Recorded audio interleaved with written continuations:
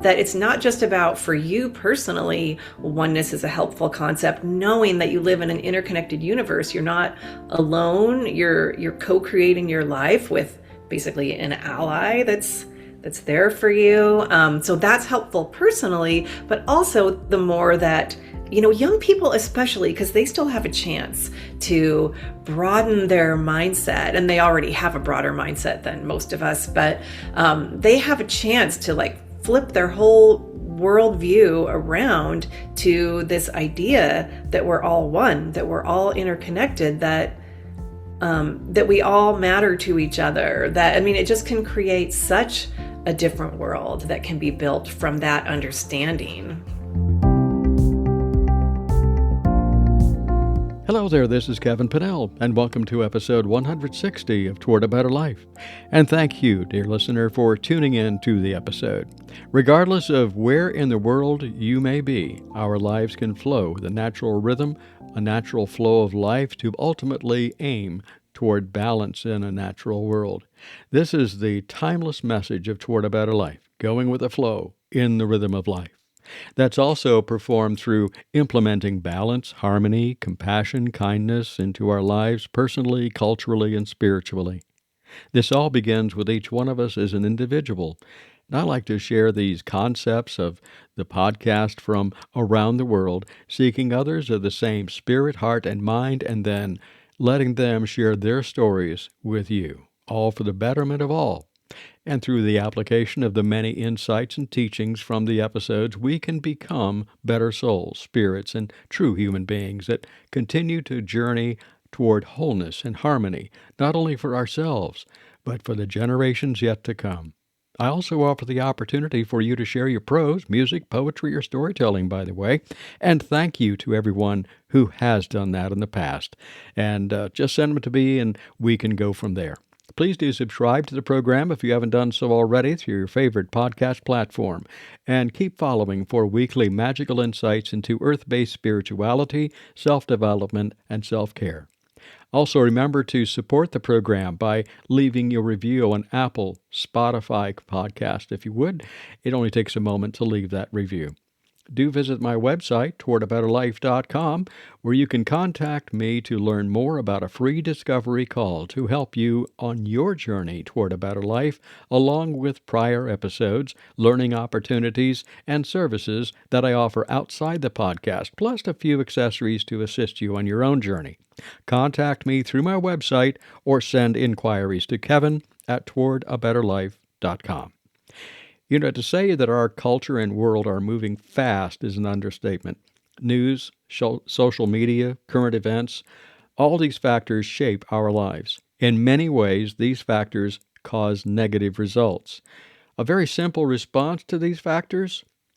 Oneness. Yep, oneness. Today's guest is Faith Spencer, a certified happy for no reason trainer and author of The Oneness Guide for Today, a book of insight for young women.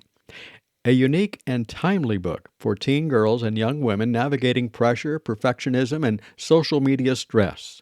Her work helps young people shift from ego-driven striving to soul-deep connection by exploring the science and spirituality of oneness. Faith is here to share powerful tools for self-acceptance, inner peace, and authentic living. Granted, the focus of her book is connecting with teens and young women. Yet, after reading the book, I can confidently say that her book, The Oneness Guide, is a great guide for everyone. Won't you please welcome Faith Spencer to Toward a Better Life? I want to welcome Faith Spencer to Toward a Better Life today. Faith, so nice to see your bright and shiny face. Tell us where you are and how are you doing? Oh, well, thank you, Kevin, for having me. I love your podcast. I like the title of your podcast, Toward a Better Life. It's great. And I'm doing well. Yeah, doing really good. And I'm in Helena, Montana. Okay. That's Yeah. one of the few states I have not been to. Oh, There's where are you? literally a handful of states that I have not visited. It's part of my eventual plan. We have a camper and we like to travel. And one of these days I may make it out there. Anyway, Oh, it's not anyway, about that's cool. this is Yeah. about faith. So let's focus back. Let's kind of bring it back around. So, Faith, we're going to talk about your book here in a little bit, but tell us a little bit about your journey and what kind of brought you into writing and what you're doing these days. Yeah, yeah. So I was not born in Montana. I was born in Washington State. Um, it never quite felt, it just didn't quite feel like home or my place. I mean, I went to school, I went to college in Seattle at the University of Washington, and so I was there. I mean, I was in Washington for like 40 years or more, but then got some intuitive kind of a chain of intuitive signals that brought me to Helena, Montana, and it feels, you know, more like home. It's great for my daughter. I have a 12-year-old daughter. Oh, my degree was in journalism. You said yours was in broadcast Yeah, journalism. Is that yeah. right? Or you were in broadcast I was journalism in, anyway. yeah, my degree is Yeah. another story. We won't go there right now. Okay. Okay. So writing has always been something I've been really interested in, but my story is that as I was growing up, though, I didn't really know who I was, or, I just kind of thought, I kind of took my parents' cues that just go for status. Status is very important. And then society, of course, tells you the same. And so I lived according to really to that model, like find a college with a good reputation, do get into all these leadership positions, be in a sorority, all these things. And so but ultimately, at the end of college, I had this huge life crisis because I didn't know who I was, really what I wanted. I felt like I was just stepping off a cliff into this abyss, and I really didn't know how to direct my life. And that is what opened me up originally to a lot of these ideas that I share in my book, which is about following your intuition. I started learning about intuition. I started learning about my emotions. I kind of got found out from my sister who gave me books and things, found out about kind of new thought thinking. She brought me on a Buddhist meditation retreat. So, really broadened my world as far as looking at life in a different way through a more maybe spiritually oriented lens and through an inner directed lens. So, then I started using more of an inner directed compass to create my life, which led to a lot of great things. And ultimately did also lead to writing my book. But I'll go more into that later.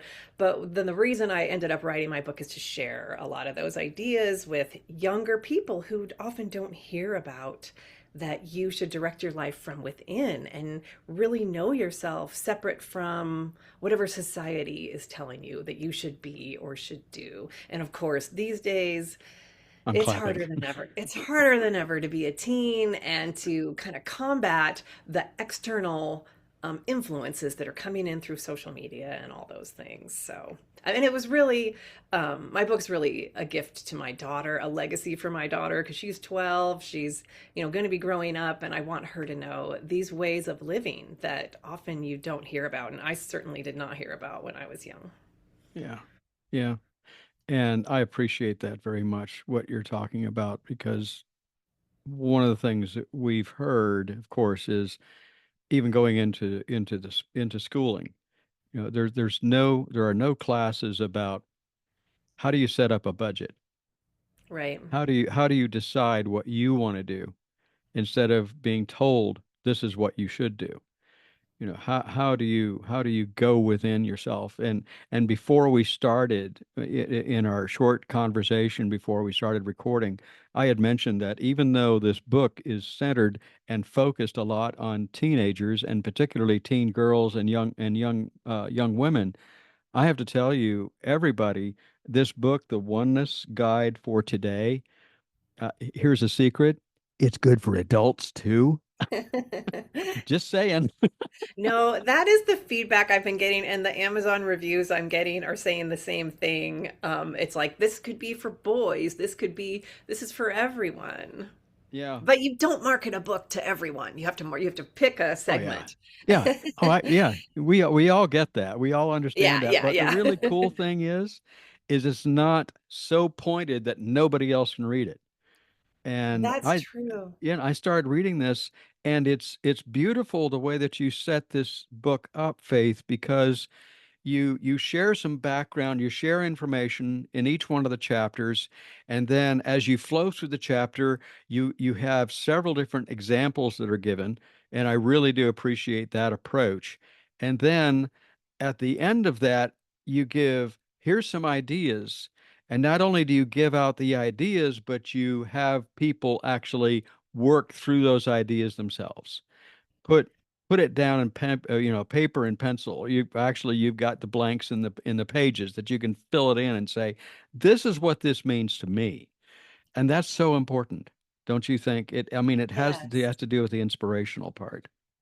Yes, hopefully reading the book, I feel, even for me and for my husband, who really likes the book, is very uplifting. So it's an uplifting experience. It's very affirming.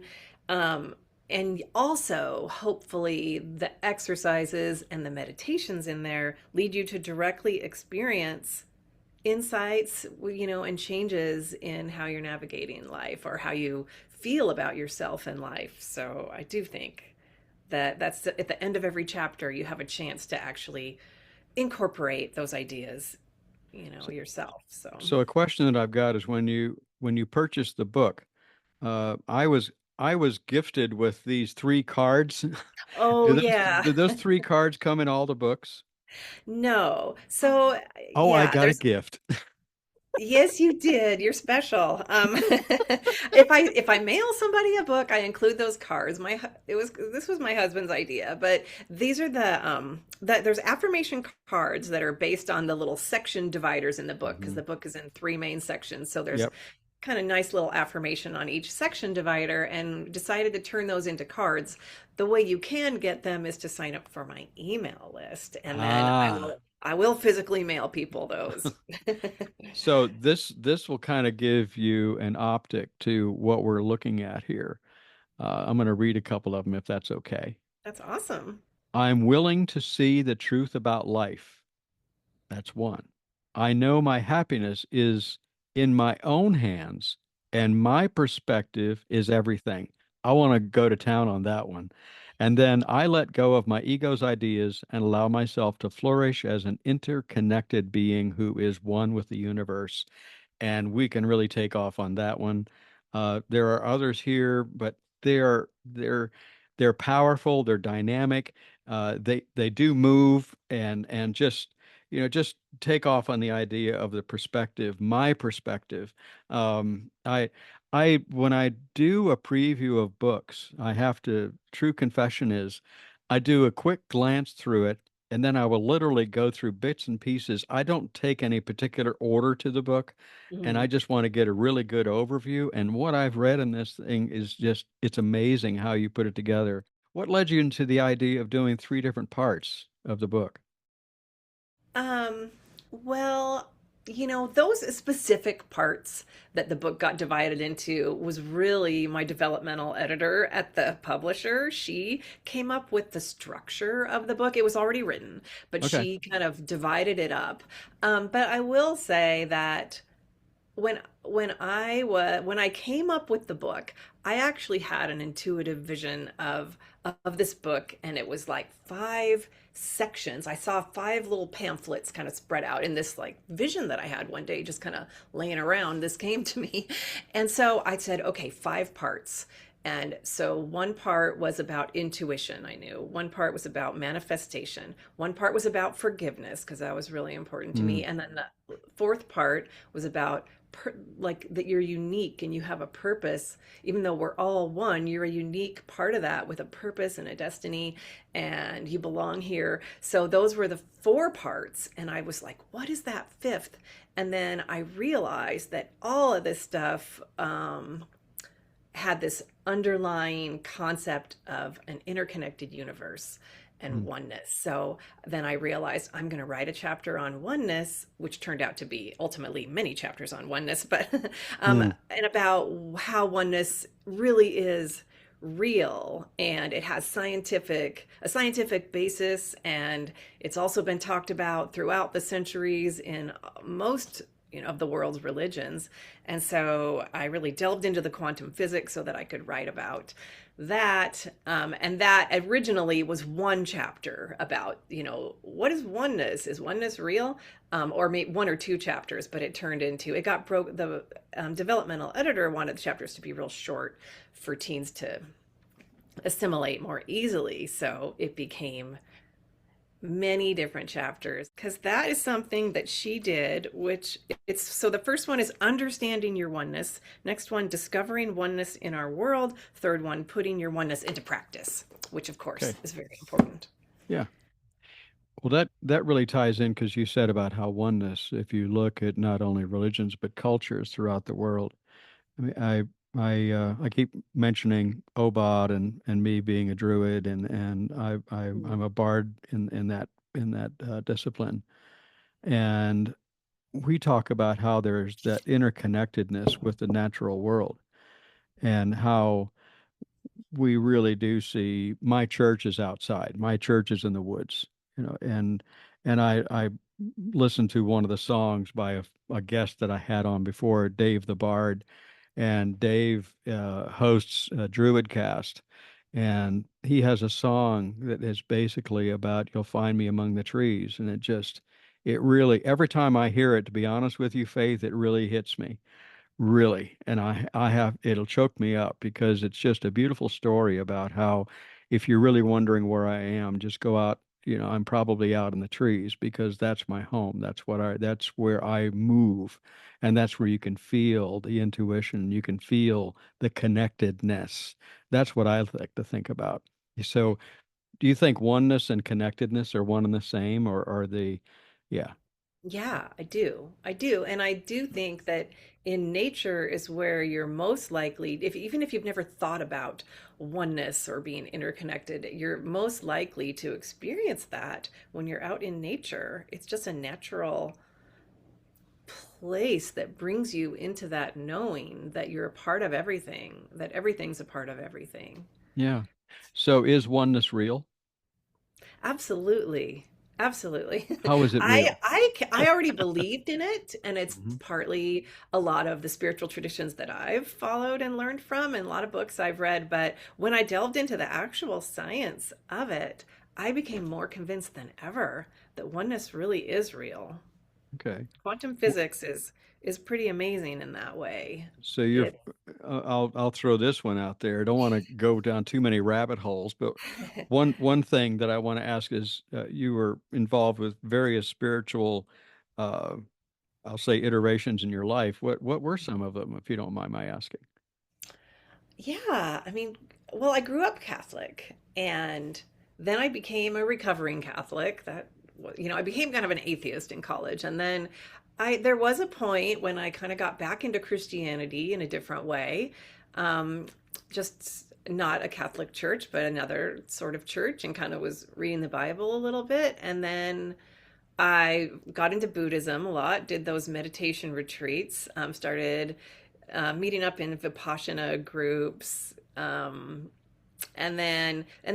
That's probably been my longest standing, spiritual tradition that I've been involved with.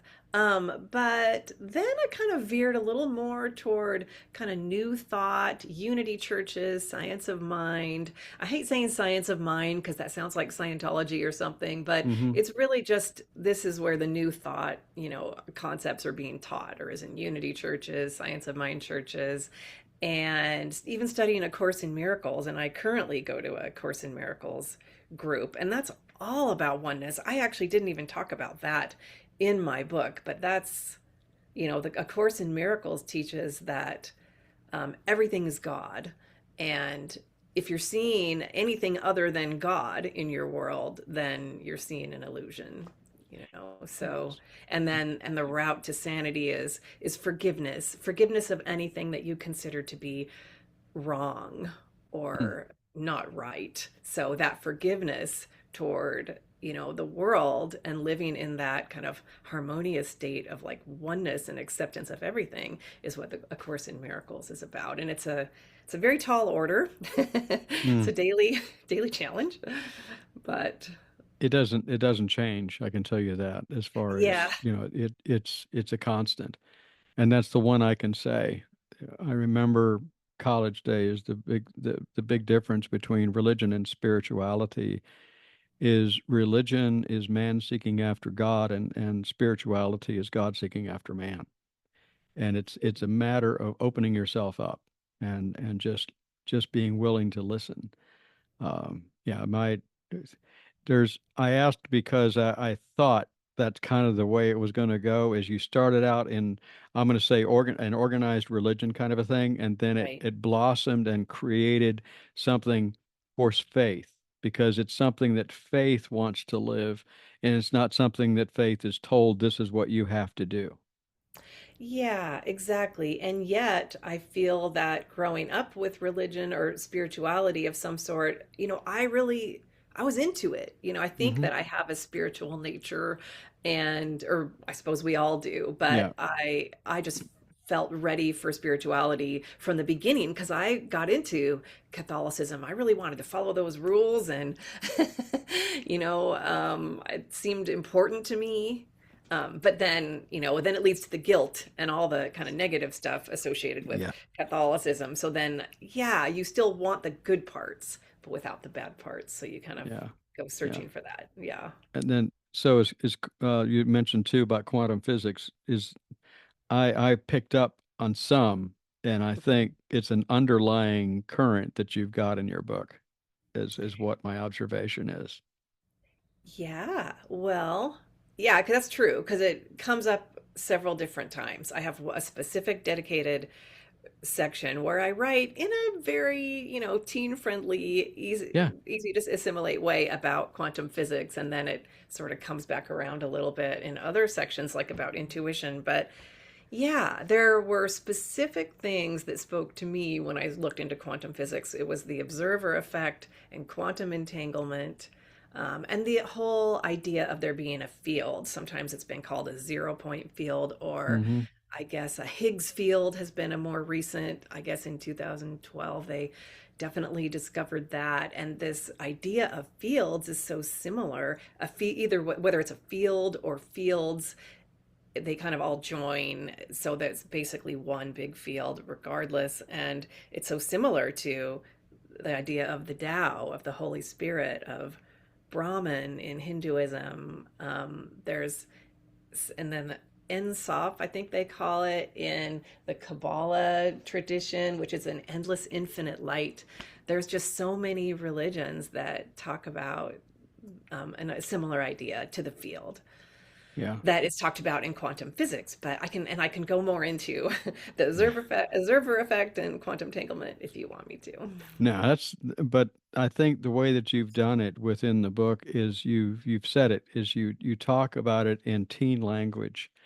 And when we look at society that we have today, teen language is very identifiable, if that's a term. Mhm. And people can pick up on it because that's the way stuff is told to us through the news, through different media, and things of that nature. We're approaching it from, basically, if you want to put an age level on it, stuff is given to us anywhere from an age level of 7 up to about 18. And it's rare when you get into stuff that's above 18 or college level. It's there, but it's a little different genre. It's a little different style that's being given. And the lion's share of information that is out there is within the group that you basically wrote this book about, or for. So that's, I think that's another reason why, to me, it's very palatable to read it.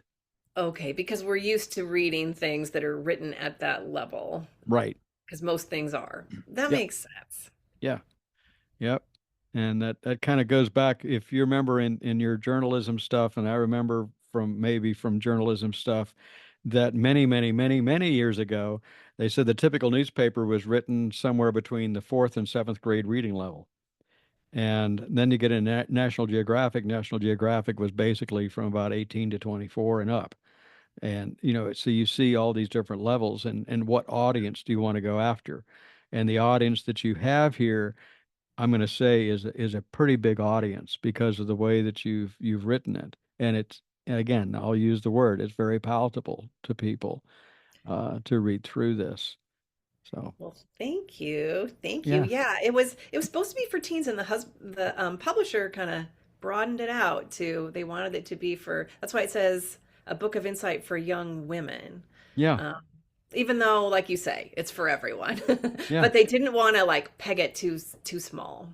Yeah, well, I mean, it's a good thing to have a focus. And like I said, if other people pick up on it, they'll say, "Oh yeah." Just like when you're talking about that quantum physics is part of this book.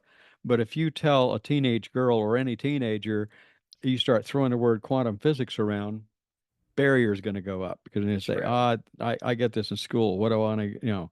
But if you're able to I'm going to say, put leather on it and be able to walk with that, now it's applicable to everyday life, which is that's what's important. Yeah, exactly. And yes, that was the goal. And some of it is a little bit complex. So it was a fun challenge to try to write it in a way that was really simple and understandable. And so that was, So when I you think. when you put it together, I just opened up arbitrarily to chapter 10. This is a test. No. It's actually that's ideal because oneness helps create a more harmonious world. Absolutely, 100%, 1,000%. If we were more of a singularity of mind and heart, I think we would see a lot different world. Um, Amanda Mm. Scott is someone that's been on the program a couple of times, and she has a podcast as well. But Amanda talks about a terminology like the web of life, and she also talks about Throughtopia. And Throughtopia in the sense of we have utopia, you have dystopia, but Throughtopia is moving toward something that is more utopian. But understanding the reality of it all, you're going to have other stuff kick in. But if you're able to instill in minds and instill in minds the desire to learn more about oneness and more about the fact that, yes, we can create a more harmonious world, now you got somebody's attention. And then you go into, well, you started off by saying it is a scientific fact that what is good for you is good for me. Dr. David Hawkins. It's not just anybody. And then you roll with it and you share the information that you want to talk about. And then the next thing that you do is you go into reflections and it's an exploration and it just makes you want to say, okay, so those are my observations. Now I want you to reflect on a couple of things. And it's just magical how you put it together. Um, Aw. so did you set it up that way, or did you have the help? I just noticed that actually just prefaced part three, putting your oneness into practice. That's even better. Can you maybe go through a little bit of the book and just tell us, first off, there are three parts to it, but do you need to read this book in order, or can you pick it up anywhere? You can definitely pick it up anywhere. Yeah, I think that it's something where I think you can open it up to any chapter and kind of come back to the ones that really resonate with you too, because they're all really good reminders. I love that you open to how oneness makes a better world, because we hadn't talked about that, and sometimes I forget to talk about that it's not just about for you personally. Oneness is a helpful concept, knowing that you live in an interconnected universe. You're not alone. You're co-creating your life with basically an ally that's there for you. So that's helpful personally, but also the more that young people especially, because they still have a chance to broaden their mindset, and they already have a broader mindset than most of us, but they have a chance to like flip their whole worldview around to this idea that we're all one, that we're all interconnected, that we all matter to each other. That, I mean, it just can create such a different world that can be built from that understanding. Yeah. So thank you for bringing that up. And there are ideas about that in the book as well that I think are really good, kind of mind-opening, life-changing ideas for young people. They are. And they're not just for young people again, but it's for anybody. Uh, Right, for all of us, it's such a good reminder. And I, even for myself who wrote it, it's helpful to read through it and just remember these things over and over again. yeah, yeah, yeah. I'm gonna have you read something here in a minute, I think. So Okay. I'll let you think about that, but I want to read another Okay. excerpt if I can. Yeah. This is from that same chapter, but it says on page 111, people even dislike others who are on different sports teams simply because they are on the opposing team through no real fault of their own. People often forget that the other team has all the same hopes, dreams, and feelings that our team does.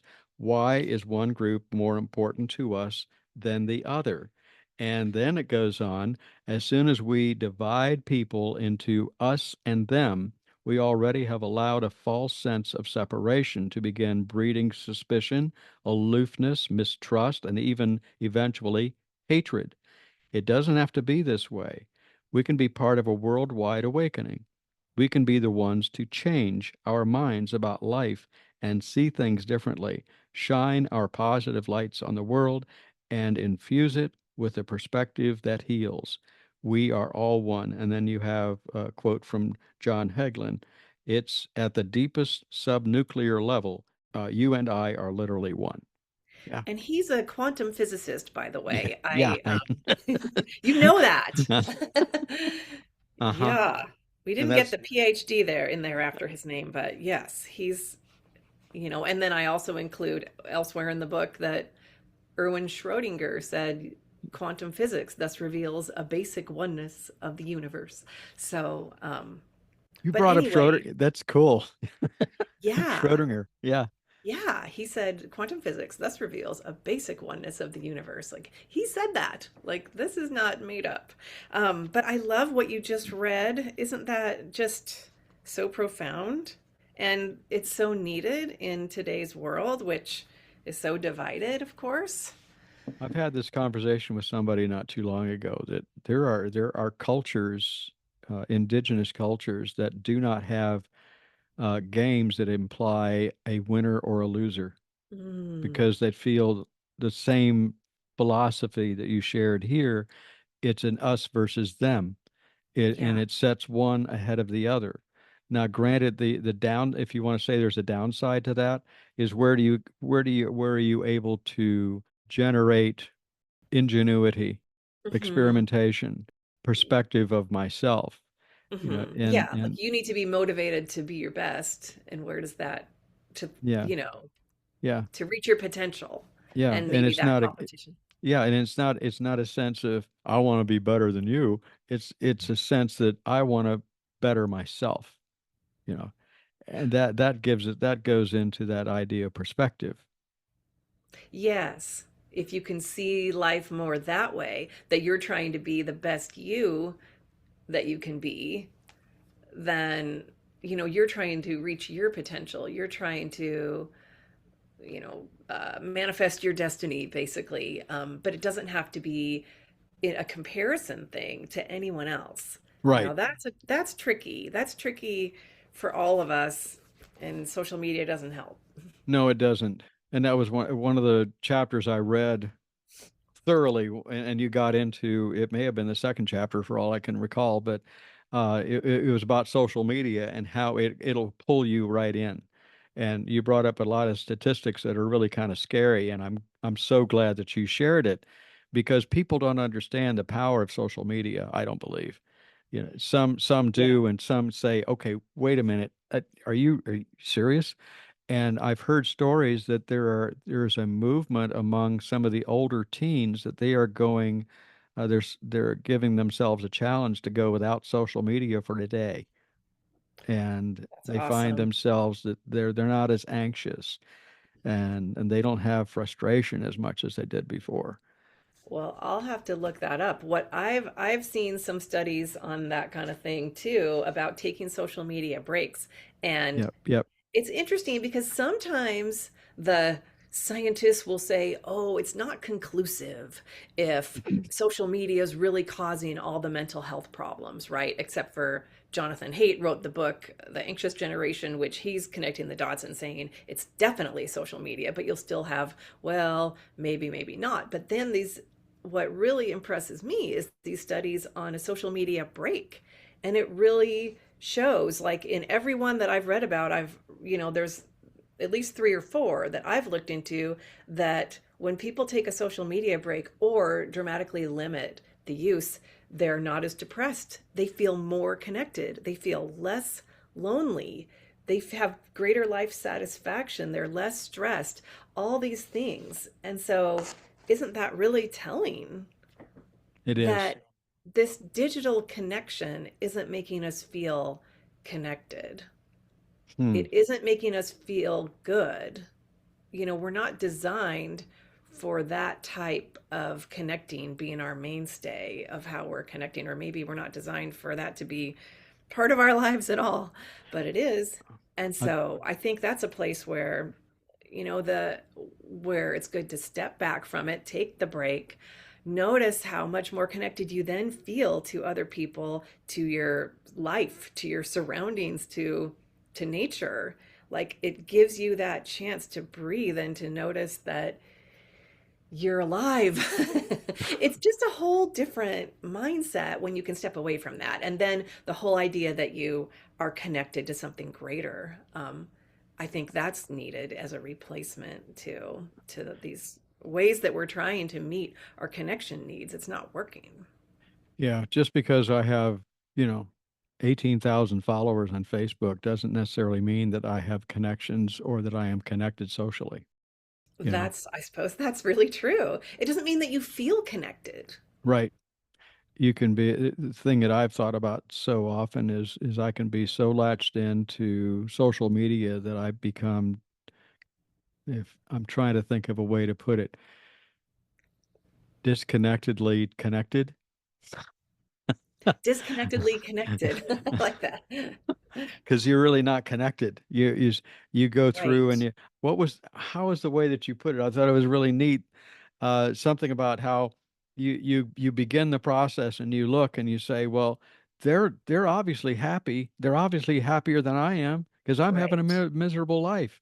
And we compare ourselves, just like you said earlier, we compare ourselves with other people. And well, they're happy. Why am I not happy? Right. But it's like you don't know if they're happy, but they're looking happy. But you can also turn There you around and go. post something that makes it look like you're happy too. And, we're just not being authentic and real. It's a lot of ego. And this is something that Eckhart Tolle says. He says, science and technology greatly amplify the ego. And I'm so Yeah. grateful that he has said that because that's the part of a big part of the problem that there's so much ego in it. It's reinforcing a sense of a separate self, of kind of a comparison self. Am I greater or lesser than? Whereas the truth is, you are an essence. You're like an energy that's connected to everything. And that's not the real you on social media. That's not the real anybody. Mm-mm. When did Eckhart write that? Do you recall? Uh, um, I think I've heard him say it in an interview or on a podcast or something, is when I've heard him say it. But I will say his book, A New Earth, that got relaunched recently, last year, I think, um,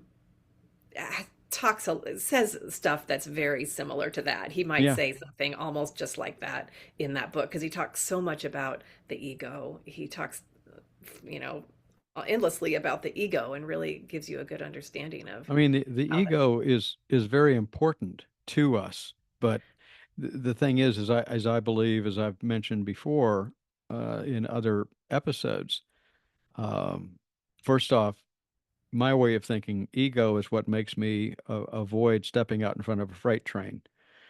It's Yes. there to protect the body. That's its job. And what it wants, I appreciate so much what you just mentioned about what Eckhart said about the technology, that the technology is really ego driven, and it just really wants to mold us in such a way to satisfy the ego. And another piece of that is externalization. We want to put everything out there. How do I look? How do I, is my hair okay? Do I have the right kind of glasses? Do I have enough color in my face? Wow. How's your internal clock doing? You know, Yeah. how's your internal compass doing? Right. How are you feeling when all that's going on? Because Yeah.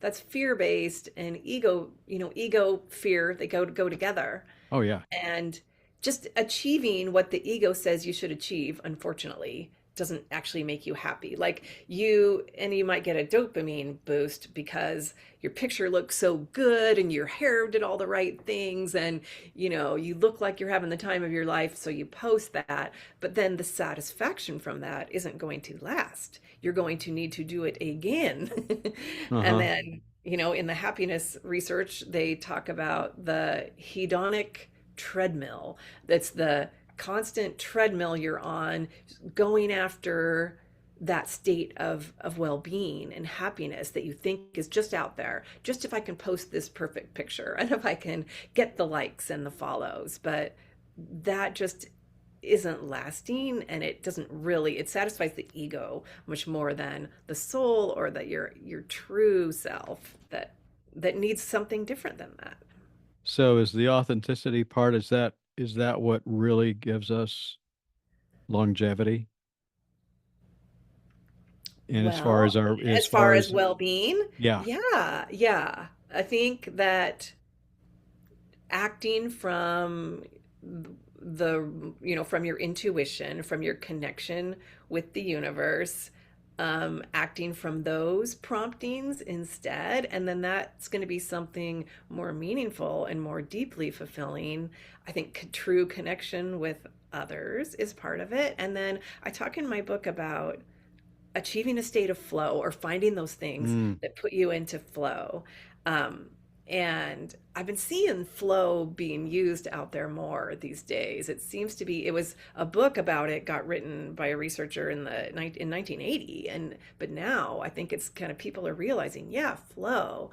Maybe we're experiencing it more. And so we understand that that state of total absorption, of kind of loss of self in that moment, and using your skills that kind of can meet this challenge, like those are the things like that can make you happy. And what the author of the book Flow, Mihaly Csikszentmihalyi, he says that ideally design your life so that you have the flow experiences one after the other, that your day Mm. has a lot of flow, that is the way to well-being. And he had a quote in his book that really struck me, and I didn't include this. I talk about flow and I talk about that book, but one quote I found since then, he says, power returns to the person when rewards are no longer relegated to outside forces.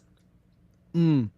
So, he writes about flow. So he's saying, don't give your power over to these external things. You can, engage in things that use your unique strengths that put you into this like zone of, feeling like you've lost a track of time, lost a sense of your own boundaries. Time just flies.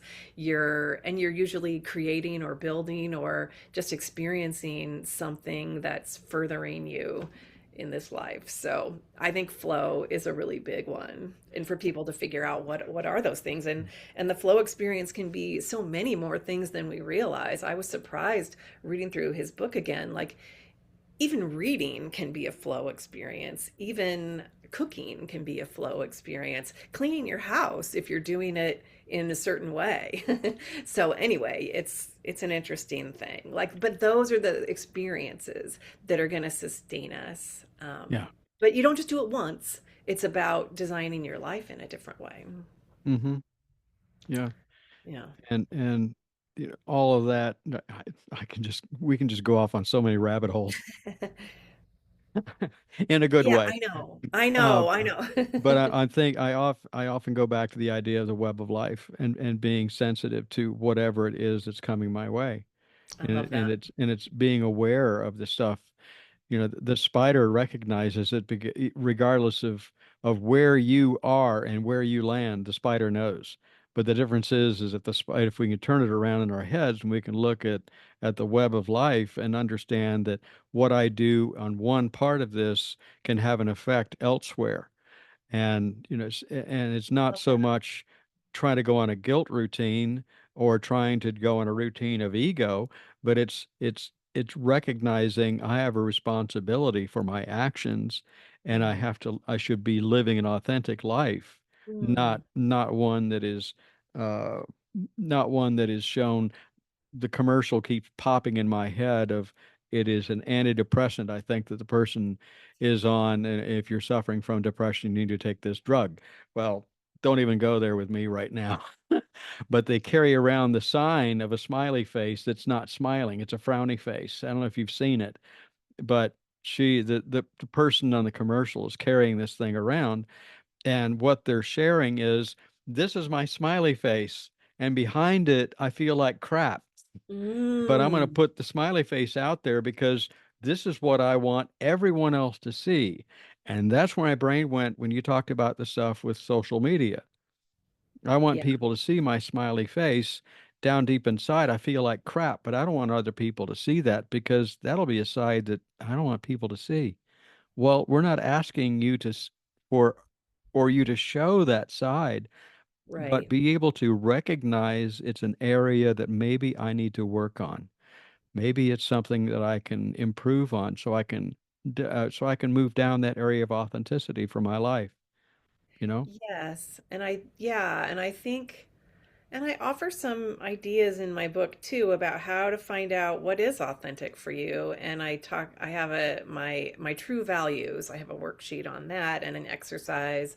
And I think values are something that we kind of come into this world with in a way. Like we know what's important to us, what's going to be important to us in this life that we want to live out.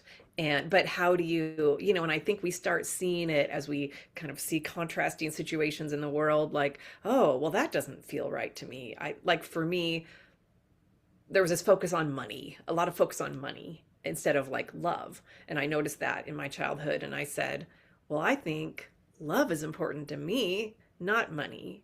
And I was like 10 when I realized this. And I think Wow. we have these realizations and whenever they strike us, but we're looking around and we're thinking, or maybe we think, yeah, like this feels right to me, what these people are prioritizing. But I think getting to know your values, um, anyway, there's a lot of different ways that you can get to know who is the true you, like what's unique about you. And I have an exercise about that in my book where you kind of write down the things, what have people said are unique about you or that you're good at, Mm. or or what do you think are unique that you're uniquely good at. And yeah, finding the authentic self. I think that's something that people need help with. I think young people really need help with this because that's going to align you to where you're meant to be, to your And, destiny. and then I look at, I'm going to go into chapter 12. We just Okay. keep jumping all over, but I want to instill in the listeners that this book is not just, I'm going to say, just it's not just another book. It is a book that'll help, uh, basically a roadmap for life, and how to move Yes. through life. And chapter Yes. 12 says, tuning into your inner compass. And that says so much. And that goes right along with the part that we were just talking about, the authenticity. Right, your Finding, intuition. How do you get in touch with your intuition? And that's what I wanted yeah, to help people yeah. do. I mean, So that's how do we so do that? How do we get in touch with our intuition? yeah. Well, first of all, just the awareness that we have intuition, that we are always receiving messages from, whatever you want to call it, the universe, from your higher self, from God, I don't, however it is for you, or just the field in quantum physics, there's this field of information, and we're interconnected with everything. So we're able to receive information that our mind isn't in touch with necessarily, but we are intuitively, there's an intuitive part of us that's in touch with all this information out there. So just kind of being aware of that, and then noticing. I think we don't stop and notice like what, and I think a lot of it, we feel our intuition in our body. I do feel mine a lot in my body. That, like, it'll be a warm feeling. It'll be, kind of, you feel lit up and just at peace, like maybe after you're with somebody or after you were just doing something, or maybe you see a flyer and it just kind of jumps out at you. There's something about it. It seems important. It kind of catches your attention in a different way. Well, pay attention to those things. So I think it's a lot of learning to notice the way that the universe or your intuition is speaking to you. I include in the book a specific exercise that's worked for me, that kind of laying down, getting in tune with your gut area, your solar plexus, and asking questions. First kind of a test of what's yes, what does yes feel like, what does no feel like, and then asking specific questions. Some people, do exercises more in the heart area, like asking your heart, kind of getting quiet, asking, say, my heart says blank. Ask a question, and then heard about this exercise, and then 10 times say, my heart says blank. My heart says blank, kind of getting in touch with the heart area. And of course, there are tons and tons of ways to be in touch with your intuition, and I provide, I think, a heart math exercise, the Heart Math Institute, I'm sure you know about, Hmm. um, and the heart coherence exercise. When you get into a state of heart coherence, and it only takes a couple minutes, and there's Yep. actually an app for it. You can get the Heart Math app, and it'll just lead you through like a 3 minute getting into a state of heart coherence, where you're breathing into your heart area. And that is supposed to put you into, I mean, a better state, a less stressed, more mental clarity, but better intuition as well. Like, you should just, after getting into heart coherence, if you can kind of hold on to that, you should go about your day and be more likely to have intuitive insights, and just to be more open to being guided. And another thing that I talk about a little bit in my book, and it reminds me of your spider metaphor, is like the Tao. So I like Taoism because I think it's really wise about letting the universe move you, letting yourself feel moved, like noticing, and you have to get quiet for intuition in general. You've got to find those moments. And sometimes that's scary to sit in the quiet. So you can use an app, you can use a guided meditation.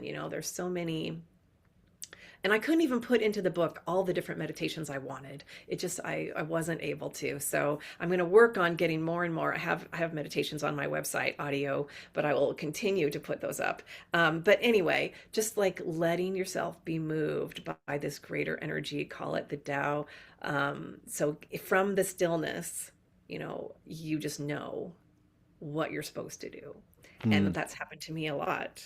When I take that time to just kind of be quiet, be still, suddenly I know this is the action. So there's a lot of ways, but I think it's really important, because I think that's how you create a life that is aligned with who you really are, with who you're supposed to be, with who you came here to be. Otherwise, you're just using your head and trying to like solve an equation of what what should do, the shoulds. Hmm. There are so many different avenues in this book that you've produced, and it's like making the complex simple in a good way, because life itself is pretty complex, and we're asking young people to get a good idea about what I want to do. And just from your website, it says, the Oneness Guide for Today provides a new life roadmap for teens and young adults seeking greater inner peace and purpose through the power of knowing their inherent interconnectedness with all of life and leveraging that connection in a variety of practical ways. And I think that summarizes your book really well. Thank you. Thank you. Yes, I do too. I wrote it, so I guess I thought that too. That's okay. This is about you. Yeah. And speaking of you, I'm looking at your website, and the website, every website is a personality, I think, in its own right. But one of the things that's really cool that you've done here is you have explorations as one of the sections, and it's audio explorations. And I'm looking here, like some of the different titles are quick, coherent technique, expanding the circle of us, mindfulness in three quick steps. So it's an audio, and are they like a couple of minutes long? Are they 20 minutes long? Or are they just Oh, they are what they are? they're short. They're short. Yeah, I would say they're only a few minutes long, maybe Okay. 5 at the most. So, Hmm. and I'm definitely planning to get more up. Yeah, there were some that I did that had static in the background and I need to redo them, but I really want to have a lot of resources up there for people to just be able to be guided through to an experience of oneness or forgiveness or manifestation or, intuition, all those things. Yeah. And there's it's I mean all the information will be in the show notes on your website, and it looks like you can order your book through the website, or do you need to order now? It Yeah, says it right here. yep, there's buttons that go to every retailer, including Amazon, right there on my website. Yeah. Yeah. Yeah. And do you have like workshops or book signings or anything like that You know, that you like to don't do?